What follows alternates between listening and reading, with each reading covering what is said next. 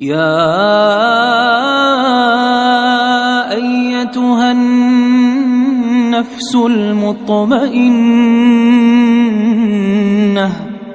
ارجعي إلى ربك راضية مرضية فادخلي في عبادي وادخلي جنتي.